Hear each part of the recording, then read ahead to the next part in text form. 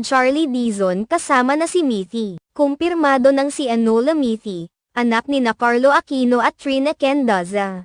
Ang batang babae na buhat-buhat ng aktres na si Charlie Dizon nang magpunta sila ng kanyang mister na si Carlo Aquino sa Binondo kasama ang ilan sa kanyang mga kaibigan. Noong una ay hindi pa naging malinaw kung si Mithy ba ang batang buhat-buhat ni Charlie Dizon sa ibinahaging Instagram stories ni Carlo Aquino dahil nakatalikod ito at tila natutulog pa ang bata na nakayakap sa aktres.